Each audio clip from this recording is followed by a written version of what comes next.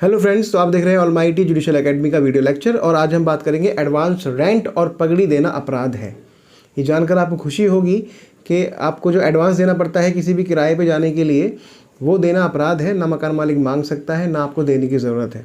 तो आगे बढ़ते हैं और बताता हूँ मैं आपको सेक्शन 5 और 6 एकोमोडेशन कंट्रोल एक्ट 1961 मानक भाड़ा को नियंत्रण करने के लिए बनाया गया है। यह बात करता है मकान मालिक मनमाने रूप से आपसे किराया नहीं ले सकता है।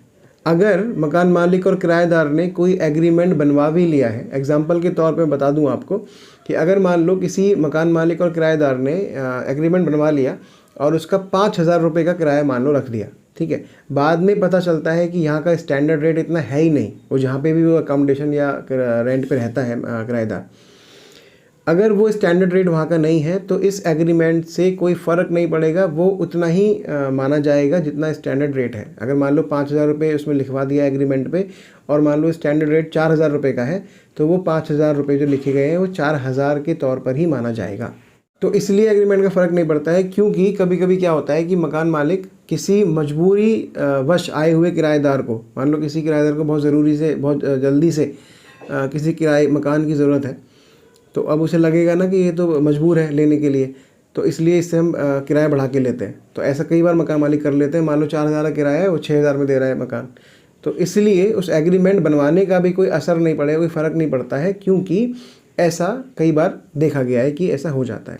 तो स्टैंडर्ड रेट के अकॉर्डिंग ही आप किराया तय करें और आपसे कोई भी एडवांस नहीं मांग सकता है। सेक्शन 6 में मकान मालिक को ये रिस्ट्रिक्ट किया गया है कि अगर कोई किराएदार ज़्यादा किराया देने के लिए तैयार भी हो गया है, तब भी मकान मालिक उससे ज़्यादा किराया वसूल नहीं कर सकता है।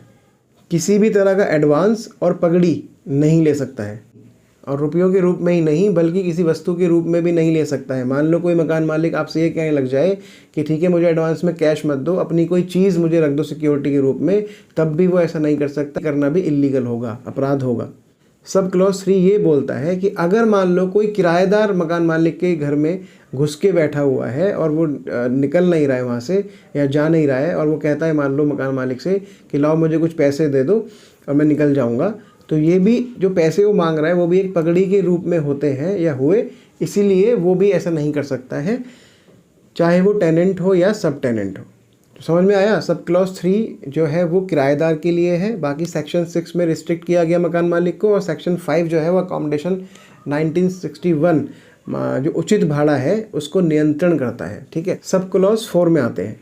यदि कोई भी व्यक्ति अपना मकान बनाने के लिए असमर्थ है, मान लो उसके पास पैसे नहीं है और वो किसी से कांटेक्ट करता है कि लाओ मुझे आप पैसे दो, मुझे मकान बनाना है, उसके बदले में मैं आपको किराए पे अपना मकान दे दूंगा।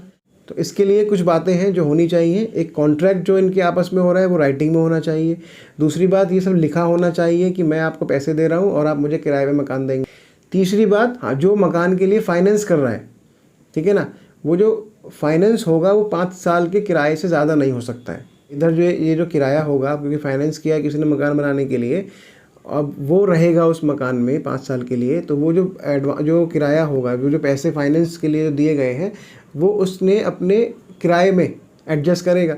तो इसमें इस सेक्शन में वो एडवांस मान लिया जाएगा, और ये किराया स्टैंडर्ड रेट से हाई भी हो सकता है, क्योंकि सब क्लॉज 4 में स्टैंडर्ड रेट की कोई भी बात नहीं कही गई है, इसलिए स्टैंडर्ड रेट हाई हो सकता है और किराया को एडवांस मान लिया जाएगा। तो कैसा लगा ये वीडियो? आपको जानकर शायद खुशी मिली होगी कि ऐसा भी हमारे लॉ में है।